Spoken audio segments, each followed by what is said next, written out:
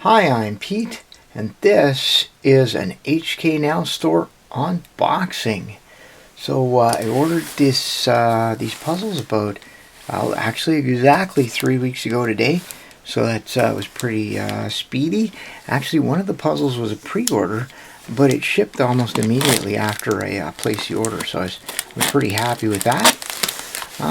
So you may sort of might see in the background there a little hint at what might be in this box. I know some people have gotten this puzzle, but I haven't seen too much about it other than that one puzzler that I know who's actually overseas. So here we go. Just try and go real careful here. The box, you sort of see that it was kind of peeping open a little bit. I'm not real sure. It definitely, the box is taking a beating, but look at that. It looks like it got stuck in a machine or something. But it should be okay. I don't know. The box is supposed to take the brunt of the impact when that happens. Alright. Now, yeah, very glad to get this. Okay, hopefully I won't need my knife anymore. Okay. So, look at that. You might even tell us what I'm supposed to see in there. Okay, so here's what we got. Two puzzles. The one that I was going for. There it is. Whoa. And the other puzzle, which I put in, I really wanted this other puzzle, I just didn't want to make a separate order just for that. Okay. It's some paperwork. Oh, this is kind of interesting. HK Now store is packing some information about the order in with the puzzles. Let me just double check here. Make sure that... Okay, and no card. That's okay. Whoa. Okay, probably... Okay, I was just wondering if the card, Calvin's card was in there, but it isn't, which is not, it sort of seems to be hit and miss nowadays. Okay, well, that may not be so. It looks like it's kind of gotten beat a little bit. Okay, there are my two puzzles. So, as you can see here, this is the one I was going for. This is the Clover Dodecahedron from Very Puzzle. I'm very happy to get this, and it's going to complement my two Clover Cubes, the Clover and the Clover II. Now, this other one, and I'm just going to open this first, it's in a plain bag here. So, this is called the Crazy Comet, and I guess it was designed by Oscar. And something kind of happened. Some company started manufacturing these, and I guess it was considered to be a knockoff because it wasn't authorized by Oscar. And as you can see, an agreement was reached, and now we have Oscar's logo on there. I don't really know much about it other than just about everyone has said it turns well and that it's fun. Really, I've seen nothing but good things about it, other than the initial concerns that it was a KO. This is turning quite nicely, and it's yeah, it is turning nicely. It probably needs just a touch of lube, but I think it'll be fine. Seems to be quite nice. This reminds me a little bit of the Bermuda Minx, kind of some of these shapes. As a matter of fact, that's what I would sort of say it looks like. Wow, that's kind of interesting. So you can sort of, this is a okay, so here and there, that's all right. Could be one of mine, never know. I like the colors, very interesting colors. They have the silver right there, silvers. Now I am wondering if this color scheme makes it more difficult. No, it doesn't look like it makes it more difficult, because it looks like those two colors will be unique on all the pieces. So there's no other pink and white here, I don't think, with silver. No, okay. So I think that's probably just a good way of dealing with those little faces. Yeah, okay. That's just a little It's turning all right. I think it just needs a little bit of lube. So that looks really cool. I'm looking forward to trying this. It's fairly shallow cut, so I don't expect it to put up a huge fight, but maybe there's some parodies and stuff like that. There could be some issues, I know, with some of the other the Bermuda minks. If you got some of these faces flipped around, it could cause some parity errors in the last layer. So I'm curious to know how that is. As I say, I don't know a whole lot about it other than that everyone said it was fun. So that's a Crazy Comet by, we're not really sure who, probably Lan. But it has Oscar's logo on it, and I want to say that it looks like this is kind of embossed, and it actually looks like it's going to stay on there quite nicely. It looks like it's part of the entire sticker. Wow, I sure hope we see more of that. That's a much better solution than having a clear sticker on top of the existing sticker. So, alright, so that was a Crazy Comet, and finally got one. I'll give that a try. And now, the Clover Dodecahedron. So I had my Clover Cube and Very Puzzle. I really enjoyed this. It's not a super hard solve, but it is pleasant, very fun. Lots and lots to do. The scramble takes almost as long as the solve, maybe even longer. And then the Clover 2, the Clover 2, which just adds an extra split on one of the pieces. I guess I should probably bring these over. So the Clover and the Clover 2, it just adds an extra split on just some of the pieces, not all of them. I haven't had a chance to actually solve that one yet, but I have a bit of free time now after an intense few weeks, so I'm looking forward to giving that a go. Similarly, I will be also attacking this Clover Dodecahedron. So we have just the usual data, 335 grams, so a fairly big puzzle, 13 by 13 by 11. That's pretty big. Very Puzzle. Recycle, no babies. 0 to 6. Oh my goodness. So if you're not blowing out 7 candles on your cake, then you have to kind of wait. I can sort of see it because there would be small pieces here, you know, and if the kid drops it or something like that, it's probably not going to be good.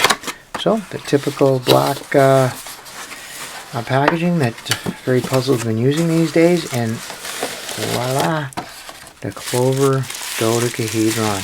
Wow, nicely packed in a bubble wrap. Okay, well, so let's see what this is all about. Really haven't seen anything else about this. Maybe some other puzzlers have already put videos up, but I haven't had a chance to look. Okay, I did look on a Twisty Puzzle forum to see something about it, and I didn't find anything, so I'm not real sure what that is. Okay, so first thing that strikes me is it's actually smaller than I expected. I guess I didn't really know what to expect.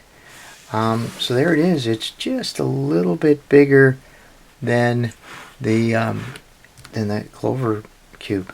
Okay, so that's an interesting thing to know. And I've seen some of these edges have already been turned, and wow, that is very smooth. I have to say, that's a really smooth. Ooh, wow, yeah, a lot smoother than the Clover was right out of the box. In order to get the Clover turning well out of the box, it was a little stiff, and I had to take out these edge pieces, put a little lube there, and of course now it's turning great. But right out of the box, it is really quite. They were quite stiff. Maybe they've added lube to their process now. Of course, I'm sure some people will be unhappy with the lube or something. Maybe if they put too much on. Sometimes the manufacturers maybe are getting pulled in different directions. Wow, that's really neat. Now I know these are very tiny edges. So what do we have here?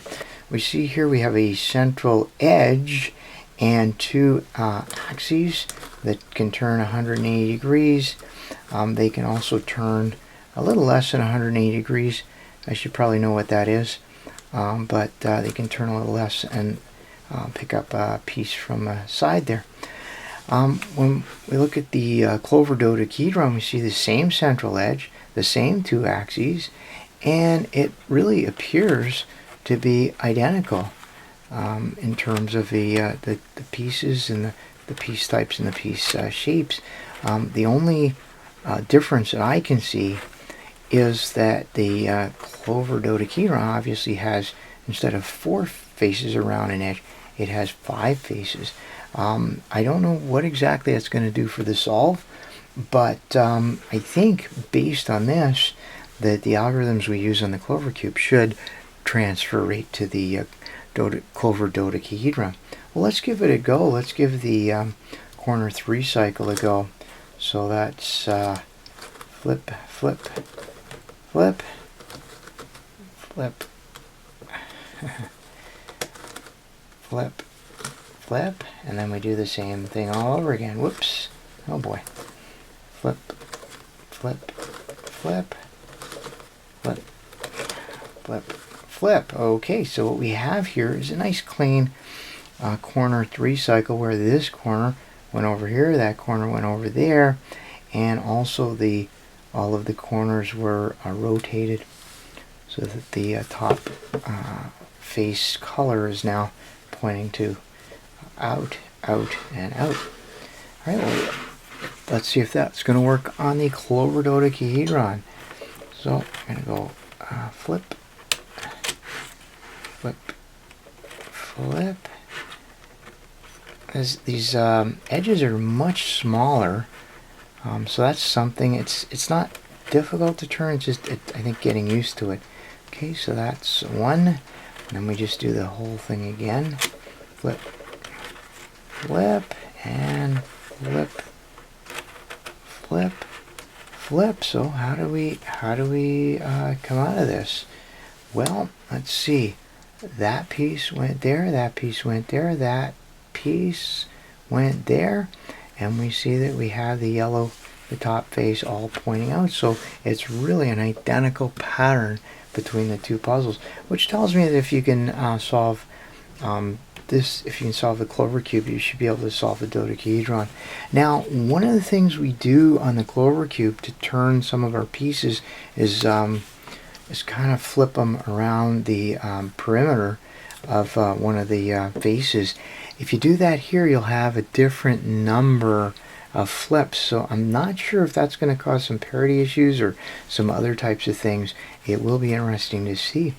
The other thing that's kind of exciting about this is that because they're so similar, I wonder if we're going to have a Clover Dodecahedron 2 with the split pieces. That would be kind of neat as well. I'm just going to undo this flippy that I did here, and it's just another good opportunity to see how well the puzzle turns. It does turn very well, unlike the Clover Cube, which required some lube out of the box. I had to go lube underneath the edges. This one seems to be either it doesn't need lube or it's pre-lubed. I'm sort of leaning on the latter. It does seem like it's got a little bit of lube on it. Okay, and then one more set of flippings and everything should be back to the way we started. I sure hope so. Yes, indeed, look at that. Okay, so we got that back, and of course we do the same thing here. We're just going through the 3 cycle 2 more times. Now I do that rather than try to do the inverse. I gotta just really don't want to memorize too many algorithms, so I find just learning it, the counterclockwise cycle works just fine, so I memorize that, and then I can do it twice if I need the clockwise rather than having to commit to algorithms to memory. Okay, well that's it. Well, this is great. I am really happy with this. It's a fairly long solve, the Clover Cube. It's a fairly long scramble on the Clover Cube, so this will probably be even longer. I think probably twice as much. So I said the stickering was pretty good. Not a few bubbles there, but that shouldn't be any issue. But really, most of the stickering, 99% of it, is perfect. Yeah, okay, so just a little bit off center there, but nothing too serious. I know some people have tried to change their the color scheme on their Clover cubes. They didn't like these colors. I kind of like it. I don't know. I guess you can get, at least for the Clover, you can get replacement stickers. And the kind of the reddish red and the red, maybe it does clash a bit, but I really like the pink, and it looks like we have the same pink on here. So that's, well, I guess that's it. I'm kind of babbling incoherently at this point because I'm really taken with this puzzle. I'm really looking forward to getting started solving it, so that'll be my next thing. Anyway, that's it for my unboxing of the Clover Dodecahedron and my brand new Crazy Comet with Oscar's logo on it.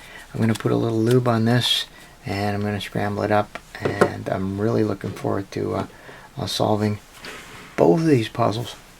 Alright, well, as always, I appreciate your comments, your questions, your suggestions, so please leave me some feedback in the comments. I enjoy reading your thoughts, your ideas, and responding whenever I can. And until next time, thanks for watching.